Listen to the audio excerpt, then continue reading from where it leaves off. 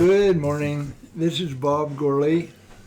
On April the 9th, 2026, I have the pleasure of speaking to Terry George. So Terry, can you tell us about growing up in Clarion? Well, I was born and raised in Reimersburg, Pennsylvania. Born at home, not in a hospital. And my early childhood was very good. Had a lot of playtime. My parents were, you'll edit this, won't you? Sure. My parents were Miriam and Roy George, and they taught me how to treat others and be a person of my own person. Grew up in Reimersburg and went to Union High School. Graduated in 1963. Went on to work, go to the Navy in 1965. Was married in 1966, and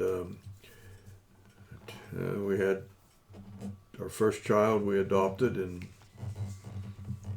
so she was 4 days old when we got her. Then we had another one 5 years later, and then we adopted two children after that from Korea. So, what else do you want to know, Bob?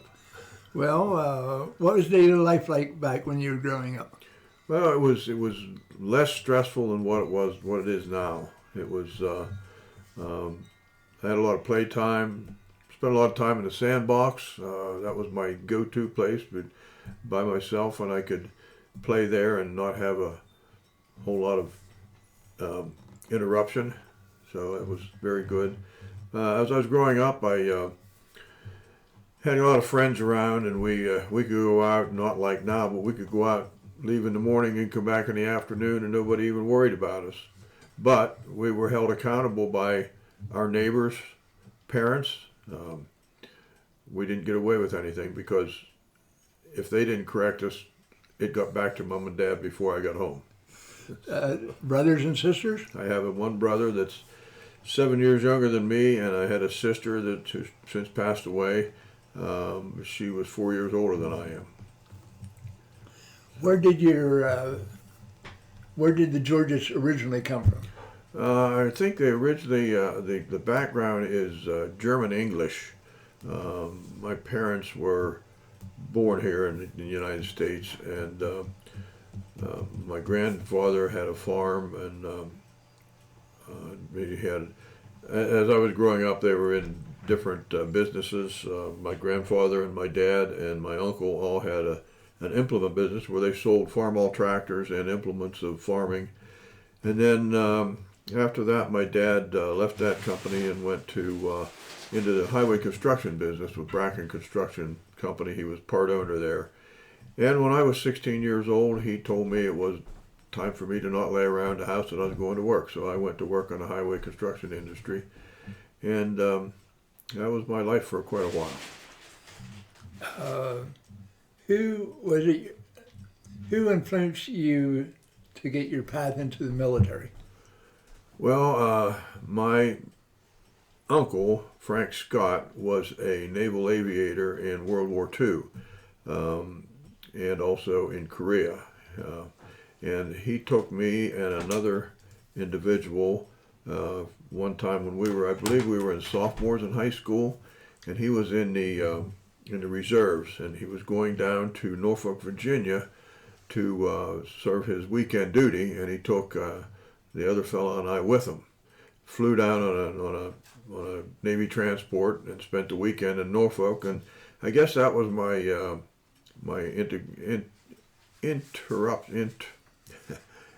introduction to the Navy, and I guess it just kind of stuck with me. And I had another uncle that was also in the Navy. He was during World War II, and I was just influenced by different people that the Navy looked good to me. Were there any local events, jobs, or experiences in your youth that shaped you towards your future, your life? Well, I was when I was 11 or 12 years old, I believe I was 11, I started working out on my uncle's farm, feeding calves and just doing little jobs because it was fun to do. And then later on, when I was about 14, it became a job because then we were making hay and feeding cows and milking cows. And so I did that for a couple of years. And then when I was 16, like I said, I went to work in the highway construction industry. So that kind of shaped my future. I worked there in the summertime until I graduated from high school, and then I went to work full time for Bracken Construction,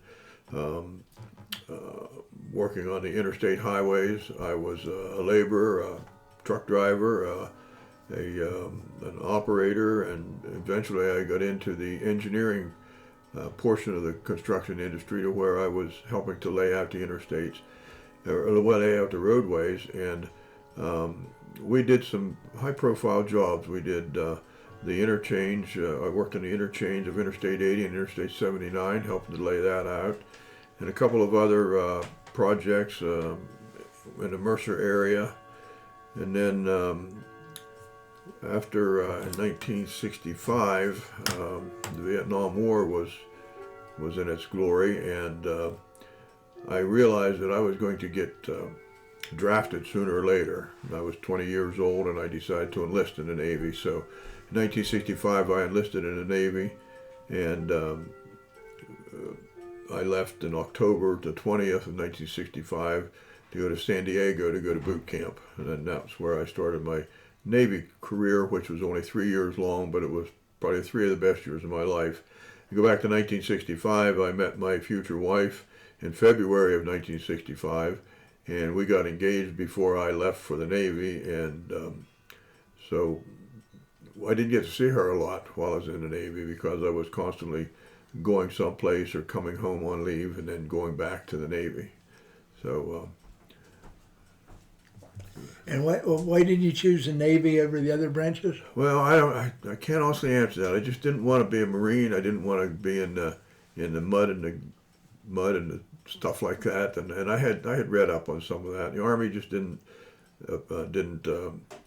attract me, and neither did the Air Force. I guess it was probably the influence of my uncles that influenced me there. And I had other uncles that were in the Army, but I just never was influenced by them. I was influenced more in the naval type of things. So You served aboard the USS Jewett? Jewett. And that was a brand new boat? What do you call it, a boat, a ship? No, a boat is a submarine. A ship is a ship. So you and this was its maiden journey? Yes, I was called what's called a plank owner. That's the original crew of a ship. Okay. And back in the early sailing days, whenever a ship was broken up, you took a piece of plank if you were original owner. And that terminology has filtered down through the ages to where you're still called a plank owner if you're an original crew member of a ship, brand new ship. Ship was built in Bremerton, Washington.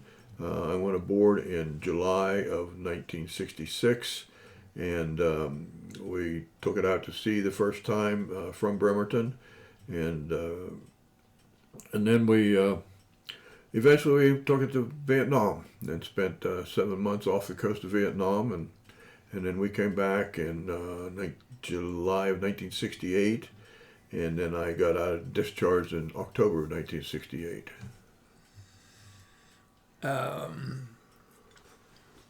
What was it like being on a brand new boat? Was like anything that's built, sometimes there's a little things that wasn't built quite right.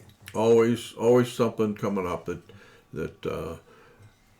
had to be fixed or changed, and that's one of the things we went through was called pre-deployment shakedown cruise, where you went out and you did everything you could to test all of your equipment and find out what was at fault and what was failure, and then you fixed that before you went into a deployment for that.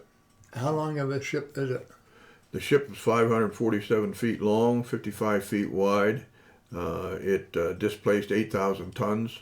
It had a complement of 454 men on board. So you had 450 people with you when you're out and about. Right, yes. Okay. Yes.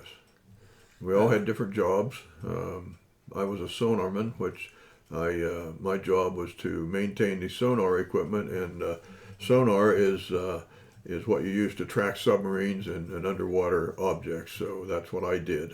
I tracked them. So you went from like San Diego to Hawaii? We went from, first of all, I went many different places. We did some schooling. So I went from San Diego to an A school, what they call an A school in San Diego for sonar. And then I was transferred to Key West, Florida for another sonar school. And while we were down there, we left there and flew up to Quonset Point, Rhode Island, and went out on a ship up there for a week-long training. And then we flew back to Key West. And then when we left Key West, there was 12 of us, rented 2 vehicles, and drove back to San Diego across From Key West? From Key West to San Diego. Stopped on the way at in Dallas, Six Flags Over Texas, I guess. Stopped there for a day. Stopped in Las Vegas for a day. I lost $100 on the crap tables, and I went on from there. $100 back then was a lot of money. Yes, it was. I went on back to San Diego, and then from San Diego we went through some more training before we went up to Bremerton to go aboard the ship. So on your port calls, like Hawaii, Vancouver, Guam, the Philippines, Hong Kong, Japan, etc., Yeah. which one of those was, did you enjoy visiting, or which one stands out in your memory? I think they were all unique because one of the neat things about that was you don't see too many oceans here in western Pennsylvania. So it was a big ocean, and yes, we did, our ship went up to Vancouver, British Columbia, and then when we left to go overseas, we went to Hawaii, stopped in Hawaii, we stopped at Guam, stopped and then went to the Philippines, and then we left the Philippines and went out on station off the coast of Vietnam. The longest we were at sea that I didn't see land again was 42 days. And then we came back into the Philippines, in Subic Bay in the Philippine Islands, and we offloaded our Hilo detachment. And from there we went to Hong Kong. We were there for 6 days, R&R, and that was a beautiful, beautiful port then. And then we left there and went back out on station again off the coast of Vietnam. Next time we come in, we went to Yokosuka, Japan. And while we're in Yokosuka, and I don't remember how long we were there, but I got to take a side trip to Tokyo, and up in the Tokyo Tower, and we had some neat food while we were there, I would say that. Something I'd never tasted before, sushi and things like that. But then we went back out on the line again, and then we came back in, offloaded detachment, and headed back to San Diego, which we stopped in Hawaii, Guam and Hawaii again on the way back. And then we arrived in San Diego back in July of 1968. And the neat thing about that was my wife and I had we had got married in June of 1966, but I didn't get to see her a lot because I was constantly moving back and forth on leave or going back to San Diego or wherever the ship was. And but when I got back from Vietnam, my wife and my mother and my brother were waiting when the ship pulled in. That was pretty special. At San Diego? San Diego, yeah. Was, on your travels, did you get some bad weather? Oh boy.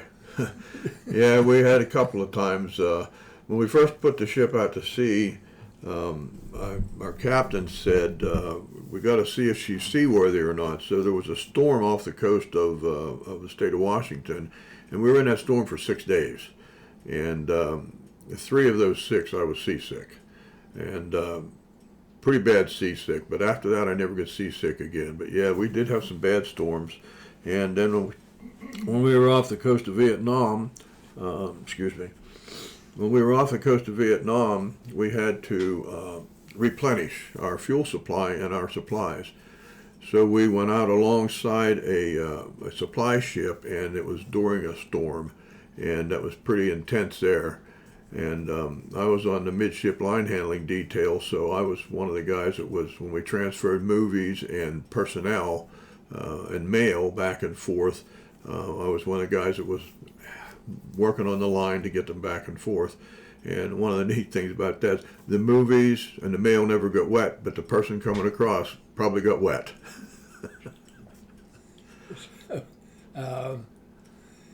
While you're off the coast of Vietnam, your ship rescued 8 pilots? 8 pilots that got shot down. We rescued 8 pilots, and while we were there were 2 MiGs that were trying to get out to. A MiG is an aircraft from North Vietnam, and they were trying to get out to our carriers, and we shot them down while we were there. But yeah, we picked up 8 pilots that got shot down, and picked them up. And we had a helicopter on board our ship during the day that came in from the carriers and sat there all day. At night, we had a smaller one that sat out on our flight deck ready to go. But it was, we never had to launch it to pick up people, but they always picked them up with the one that came from the carriers. But we'll tell you a story about another one that one night about a little bit after midnight, back up a little bit. First of all, off the coast of Vietnam, it was called South SAR, which is search and rescue. And then there was North SAR, which is search and rescue. Now, they were up north of the demilitarized zone off the coast of Vietnam, and the South SAR was south of that. And our ship was right off the coast, right off the demilitarized zone. And one night, about a little bit after midnight, the USS Preble, which was a South SAR, which was a sister ship of ours, they launched an aircraft, a helicopter off that, to go to north of the demilitarized zone, up into North Vietnam, to pick up a couple of pilots that got shot down. And they were still alive. And they got up there, and the pilot of the helicopter was talking to the men on the ground and telling them where to get to. And he kept trying to get down to them, but the tree canopy was so large that he couldn't get down. Now, what they call Combat Air Patrol was flying over that, and they were dropping flares to aid him. But the flares would keep going out. So he finally got these 2 pilots, the pilot and the co-pilot, to where he wanted them in a clearing. And as he was going down, the flares went out again. So he turned on his landing lights. And that did nothing but tell the enemy where he was so they could shoot at him. But he dropped down, the pilot and the co-pilot jumped into the helicopter, and he took off. Well, he clipped the tree when he was coming up out of there. Now, our ship was only allowed to go in so far. I think it was about 4 miles we were only allowed to go in. But that night, our captain decided we were going in closer to help in the rescue. So we went into about what I think was about a mile. And whenever he heard that the helicopter had the 2 guys in it, was headed out, we turned around to get air going over, wind going over our little flight deck, and the helicopter landed aboard our ship. He had 5 gallons of fuel left, and the pilot of that ended up getting the Medal of Honor. And in the Medal of Honor citation, our ship is mentioned. Excellent. It was pretty impressive. Did your ship ever take fire? You said that there's 2 MiGs coming after you. Did your ship ever, did they shoot at your ship? I don't remember that ever happening, but one of my shipmates, who was a quartermaster on board the ship and who I've maintained contact with, told me that we were fired upon a couple of times, but I don't remember that. Go ahead. As a center technician, what was your typical day or night like during your deployment? Well, it's pretty boring. If you're nothing going on, it's pretty boring because it's very repetitious. You clean all the time. We were cleaning constantly.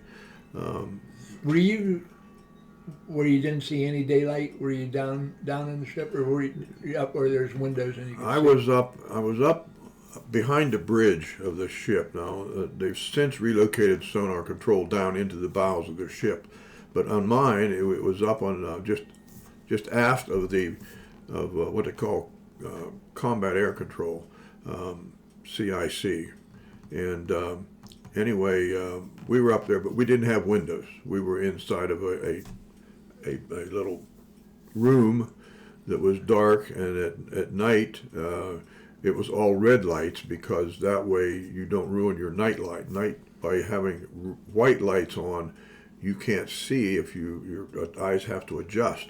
So it was all red lights, and kind of eerie at times, but we were inside constantly. We did have a door that we could called a hatch that you could step outside if you wanted to, but 9 times out of 10 you were on watch for 4 hours. So sitting there with your earphones on, watching a scope for 4 hours, and you didn't need to get up and go anywhere. The hours that you were on duty, did it rotate, or was it like sometimes you'd be working at midnight to 4? And yeah, you had a 4-hour watch usually. Now, when we were off the coast of Vietnam in the war zone, we had 6 on, 6 off, 6 hours on duty, 6 hours off duty. But yeah, we had a 4-hour watch, and that rotated. Yeah, we rotated shifts. what was the biggest challenge while you're on as a sonar technician?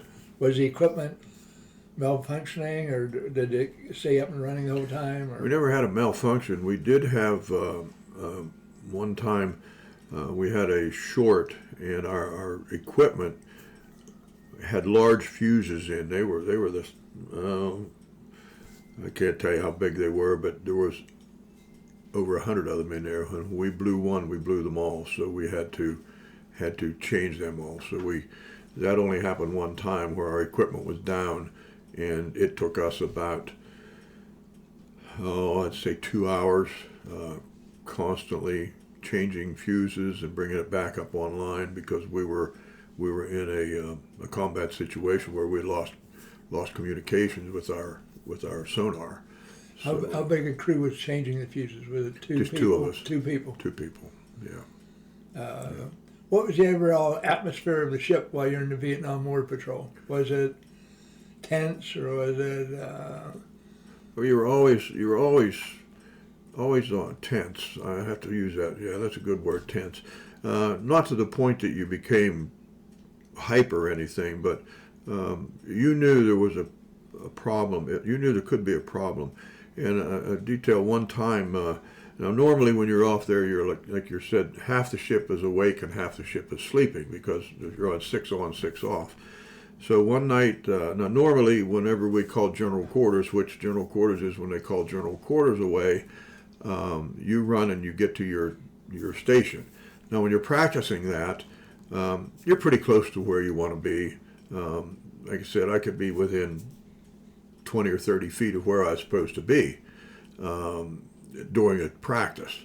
But one night when we were off the coast of Vietnam, half the ship's asleep and half the ship's awake. I just happened to be in my bunk, and I had to go half the distance of the ship and up 5 decks to get to my duty station. And I think it was about 2 o'clock in the morning, the loudspeaker came on, the 1MC came on and said, General quarters, all hands man your battle station. This is not a drill. Now, normally when we were practicing, the ship buttoned up about 4 minutes. That night we buttoned up in 2 minutes, the ship was ready to fight. This is at 2 a.m. At 2 o'clock in the morning, yes.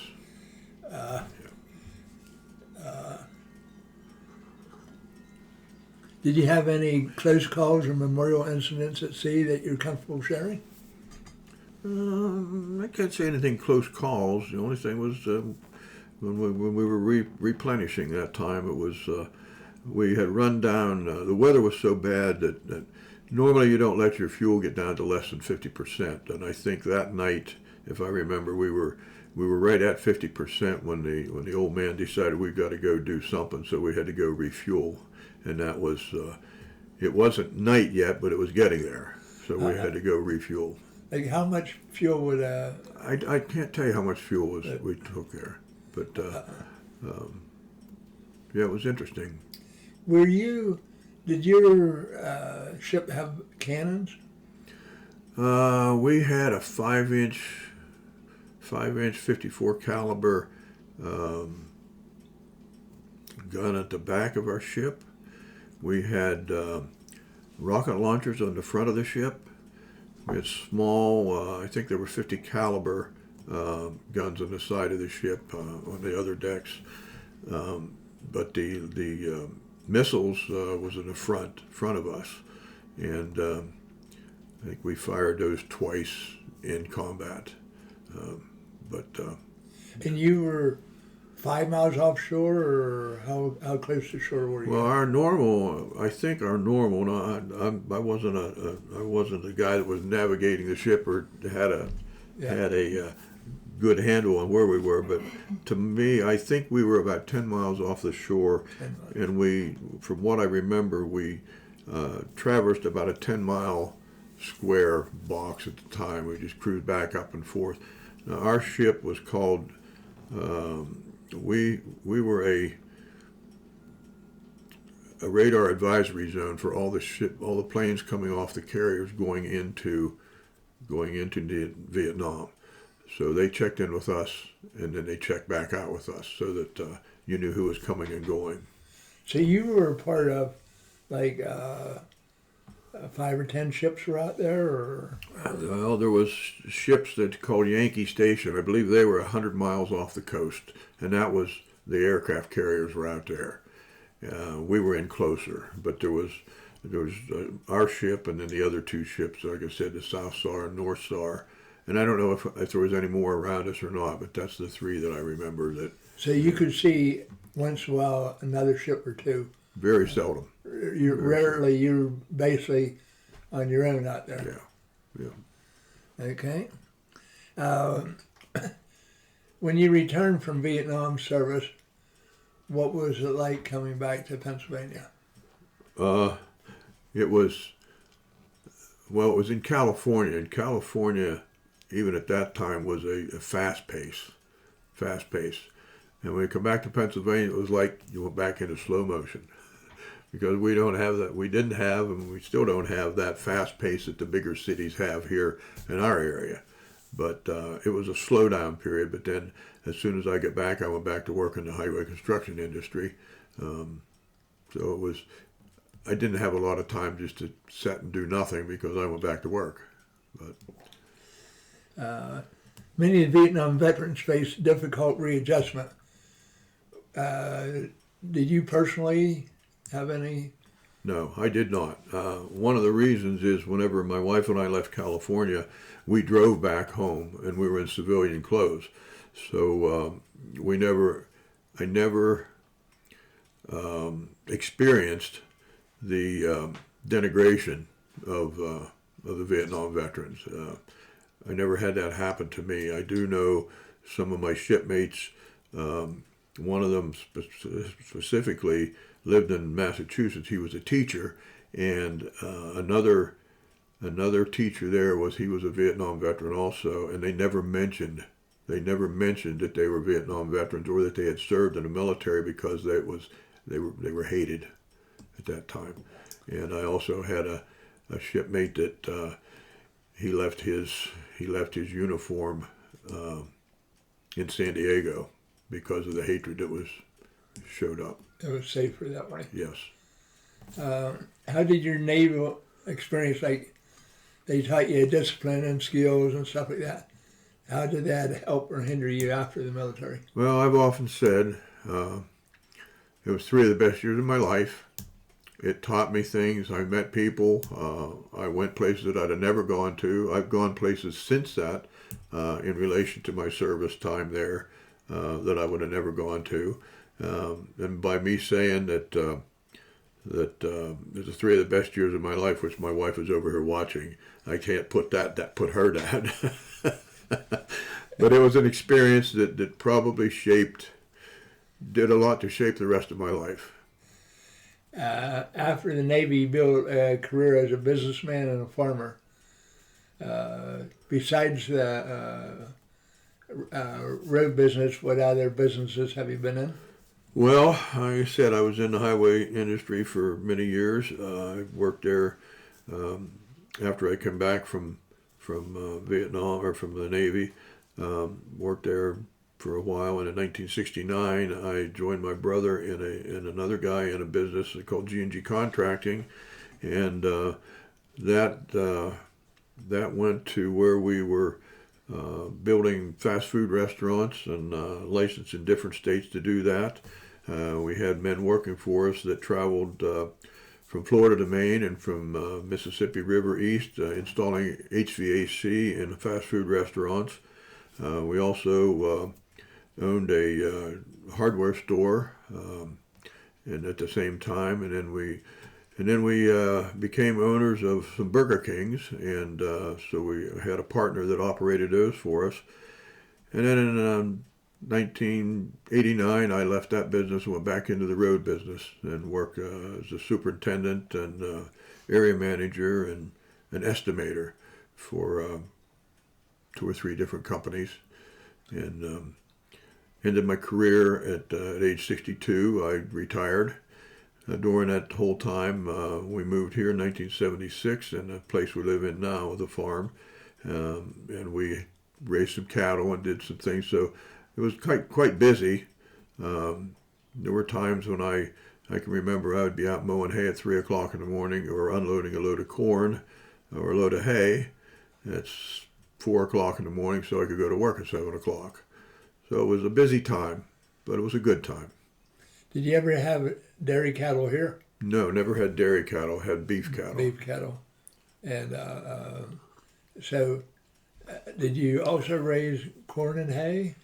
I didn't plant crops. I made hay. You made hay. But I had other people that leased my land, and they would plant crops, but they always made sure I had enough ground for my hay. And then I made hay at my uncle's farm and then another farm too, to raise the cattle. What's the most beef cattle you had here? Most I ever had here was 25, and that was too many. My pasture, I don't have enough pasture for that, so that lasted a couple years, and then I thought that maybe get that back down to something manageable, like 12. And how many do you have now? 12. So that's plenty. Yeah.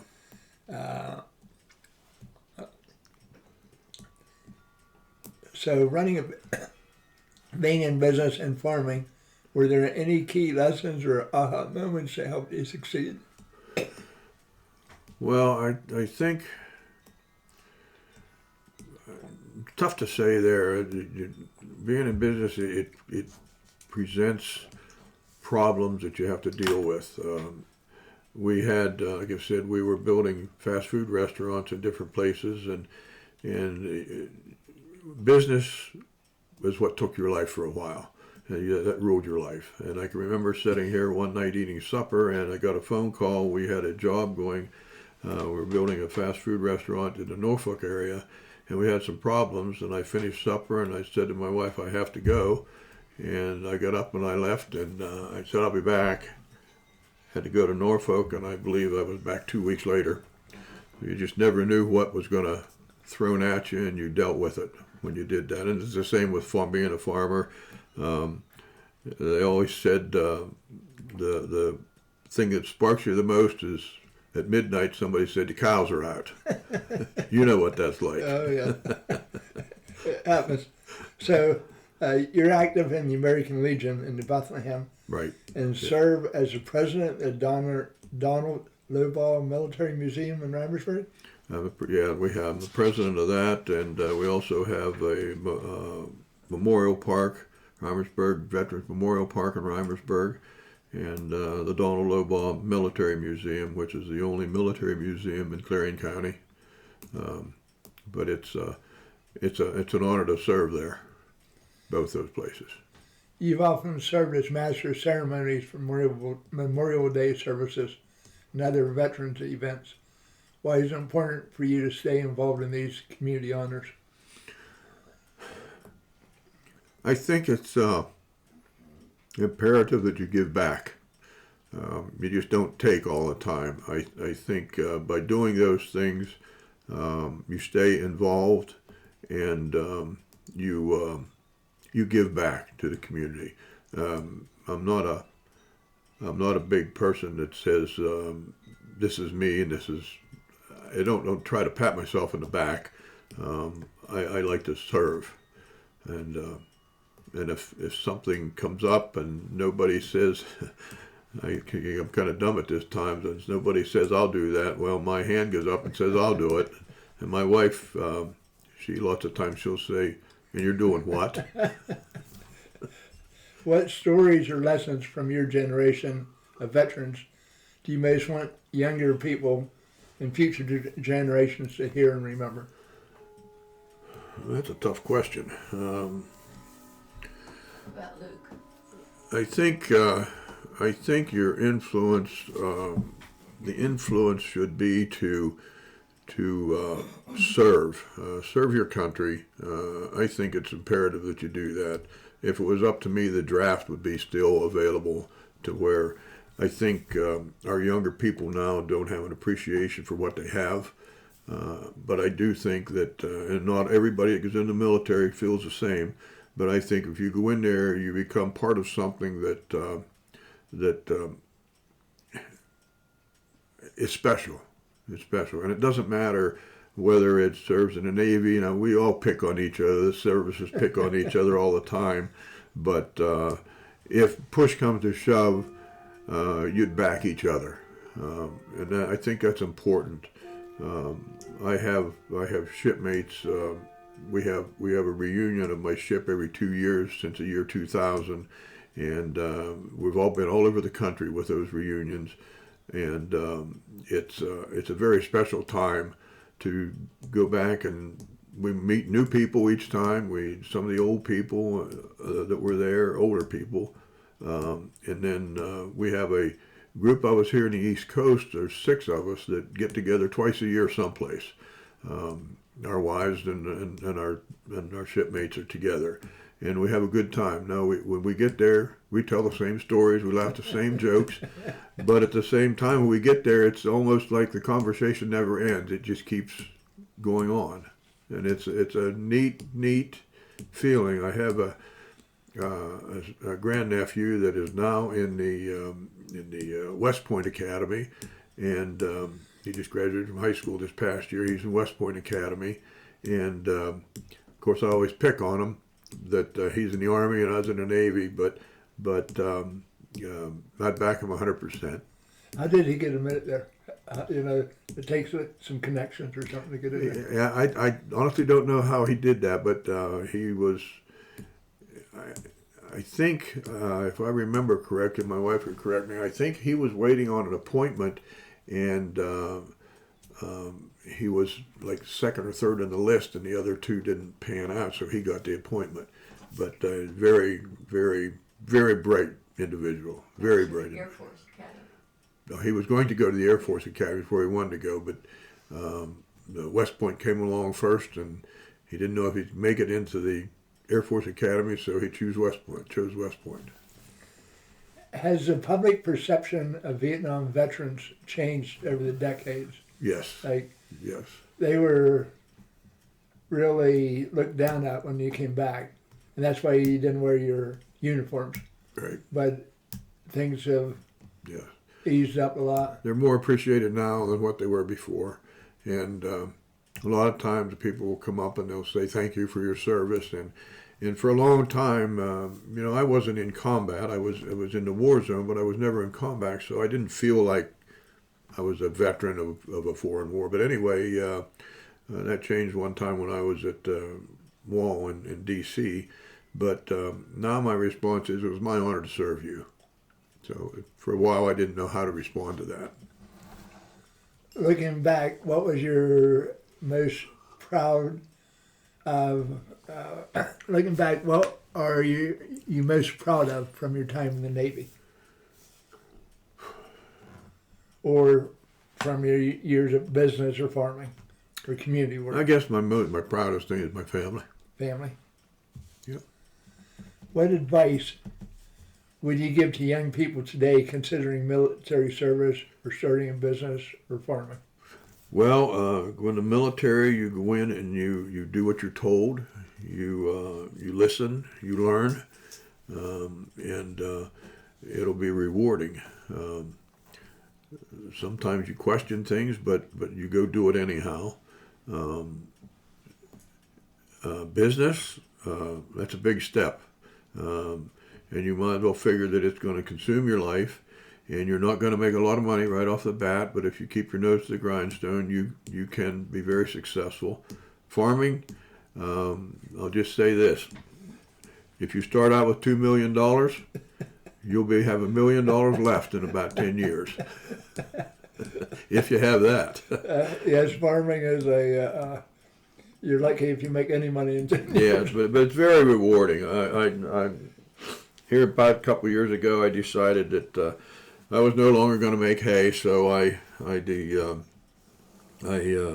got rid of my hay equipment, and then told my wife we were going to get rid of the cows and not do that anymore. But then we had a couple calves, and so that was 2 years ago, and we're still having calves, and I can't see right now where I'm going to get rid of the calves yet. If you could give back and give your younger self one piece of advice, what would it be? I don't know.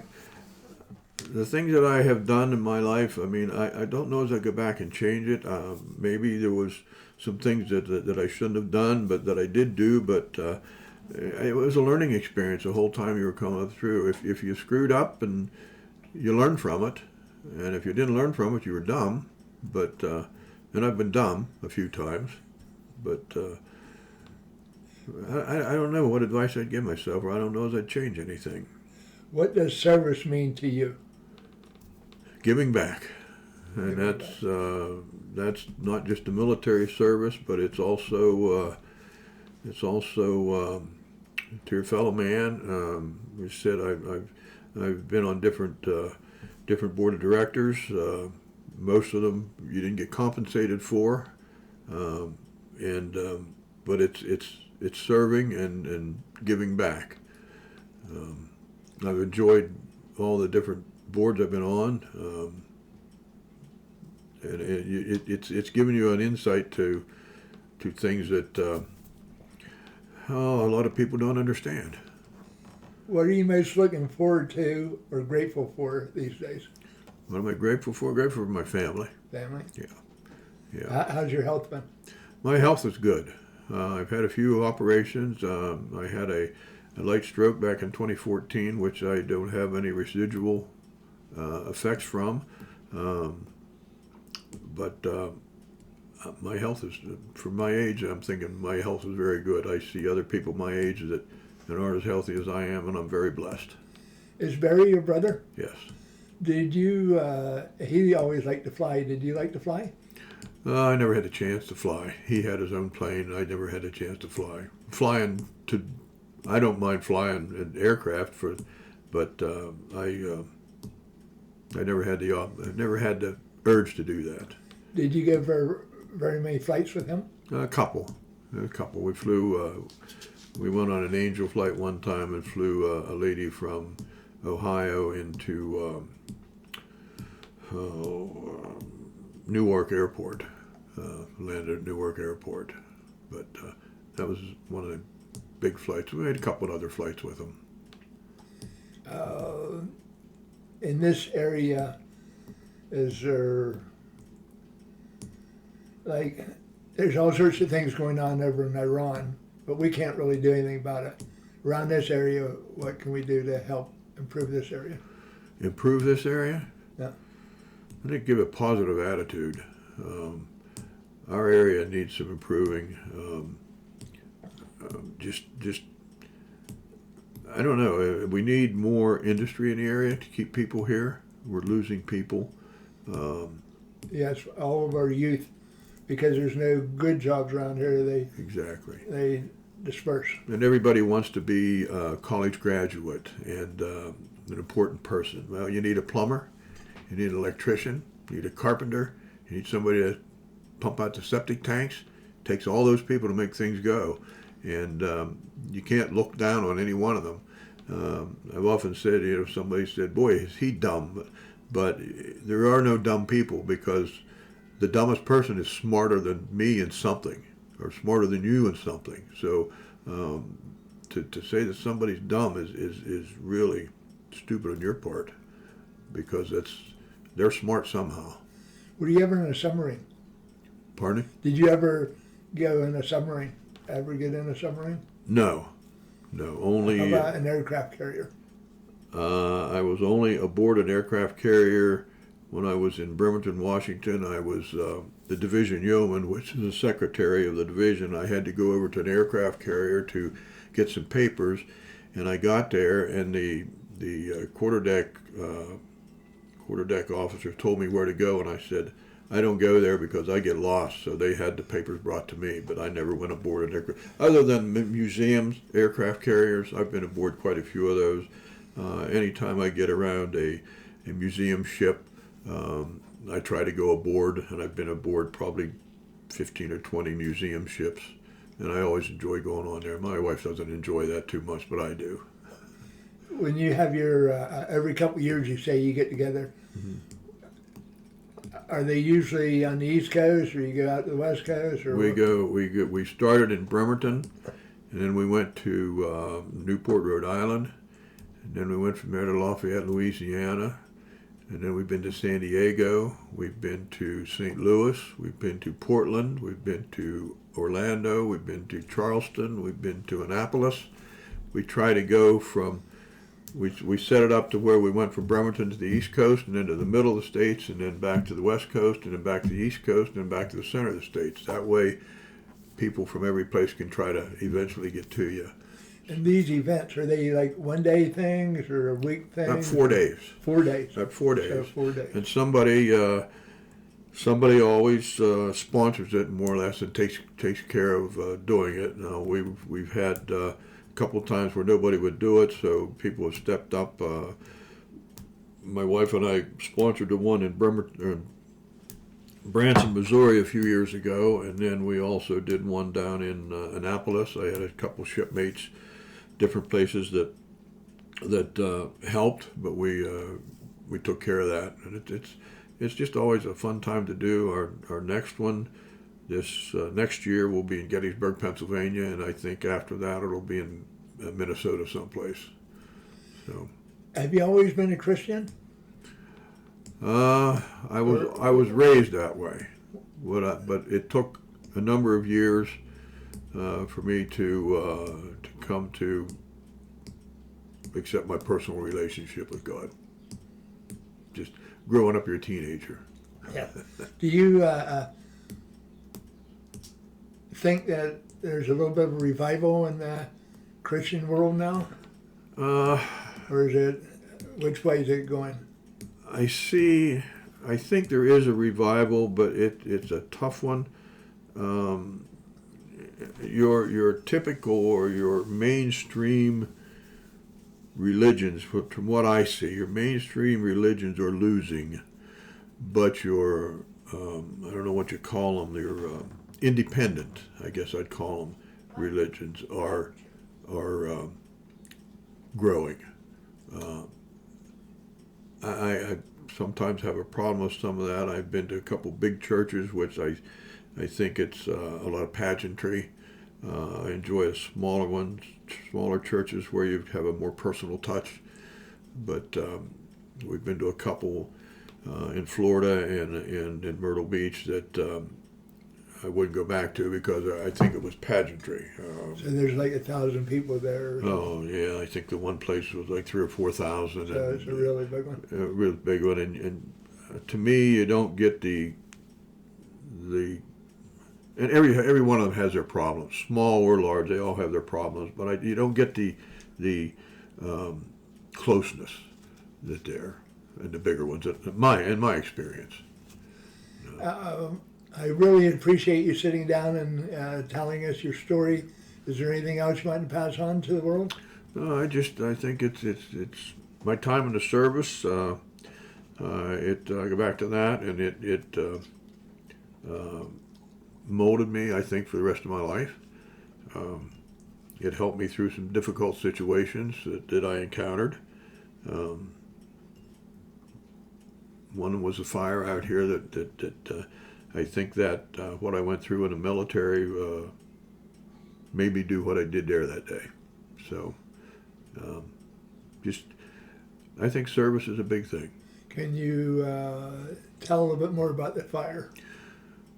Well, it was an early morning. About 6 o'clock, I left here and was going to drop my grandsons off. My wife and I raised our grandsons, and I was taking them to the babysitter so they could catch the bus to go to school. And as I would out past my neighbor's house and dropped the boys off, and usually I went to Reimersburg and went on to get a cup of coffee and went on to Franklin where I was working. That morning I turned and came back this way towards our house so I could go home, go to work that way also. Why I did that, I don't know. But as I was coming back our neighbor's house, I realized that there was a fire there. And as I pulled up into the yard, I could see that the house had exploded and it was on fire. And I was making a 911 call there, and I heard a scream. And I looked over, and the lady of the house, which her name was Kelly, and she's about 30 years old, she was, you could see she was on fire, and she was between a stand and a fall, and I was torn between going to her and doing the 911 call when I saw somebody come up to go to her. So I finished a 911 call. Well, while I was on a 911 call, my neighbor, who I didn't know that close at the time, he came back and he said, there's 2 girls in the house, which I was only a mile from my house, so I knew the people.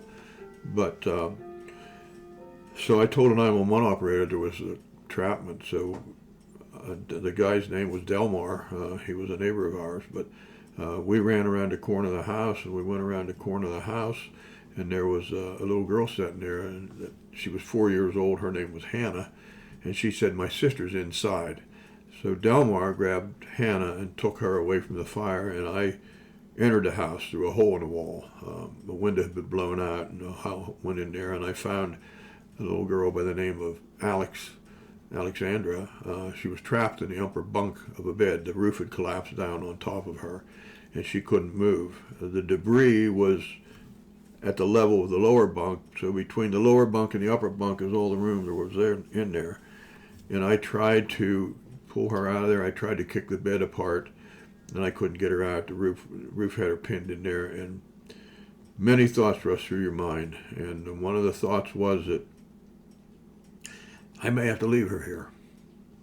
And then the other thought was, how could you stand outside and watch somebody else burn? So I hollered out. I shouted out loud, God, I need help.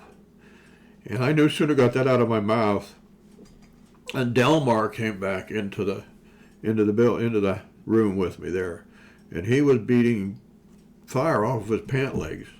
And there was fire above us in the ceiling, there was fire below us, there was fire all around us.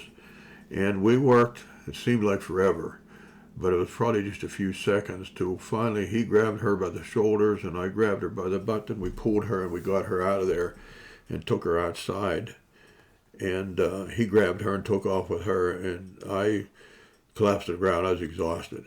And then I heard a scream again, and I jumped up and ran over, and Kelly was close to the fire, so Delmar came back up and he said, we need to move her. So I grabbed underneath her arms, and her nightgown had melted to her body, and her legs were charred. And Delmar grabbed her legs, and I grabbed underneath her body, and we drug her away from there. Got her away from there. And about that time, the firemen showed up, and I said to Kelly, I knew her husband, and I said, "Where's Mike?" And she said, "He's at work." And I said to her, "Where's he work?" And she told me, and I didn't recognize it. She gave me the phone number of his work, including the area code. In all her agony, she gave me that. And so I called, and I got him on the phone and told him what happened. And anyway, after that, then Kelly was concerned about the girls, so we had the girls out. So after the firemen got there, I went looking for the girls, and here was a car there, and these 2 ladies in there. One was sitting in the front seat and one was in the back, and they were holding the girls and keeping them calm. And so the firemen were there. I was getting ready to leave to go to work, and one of those ladies came over to me and said, "How do we get out of here?" And I said, "What do you mean?" She said, "We don't know where we're at." To this day, I don't know who those people were. What they were doing on that back road at 6 o'clock in the morning, I don't know. But that's to say there's angels. But I left there and went to work, and I broke down at work. One of the guys asked me what was wrong, and I broke down. And I thought at the time, this could be why I'm here. This could be the end of me. I was afraid to leave the house for about 6 weeks. Never told my wife that I was afraid, but I had to force myself to go to the barn, had to force myself to go to work. And then one day I just thought to myself, if that's it, that's it. And I became okay with that. But through that all, Delmar and I both received the Carnegie Hero Award from the Carnegie Foundation. Received a proclamation from the Pennsylvania State Police and different things like that. But I often say the biggest reward I got was when I called out, God, I need help. He sent it to me. It was a tough time, as you can see. What was Delmar's last name? Burkholder. Burkholder. Yeah. And the mother and the two girls lived? No, the mother died about 2 months later. She passed away. Both the girls were okay. I went down to the hospital to see Kelly, and she was all wrapped up in bandages from head to toe. She had, I don't remember the percentage, but it was like 70% burns on her body. Very traumatic, very traumatic. But the house was a one-story house, which is probably about 18 to 20 feet to the peak of the roof. And when we got there and we were in that building, I didn't know at the time, but it was about 8 feet high there at the time. It had collapsed that far. But it was a traumatic time. So the two women in the car, how old were they? I don't know. I don't know how old they were. I don't know where they came from. Nobody ever said who they were. And you never seen or heard anything from them since? Nope. Well, this is Bob's Truth Seekers. This is podcast number 136 with Terry George. Thank you. Thank you, Bob.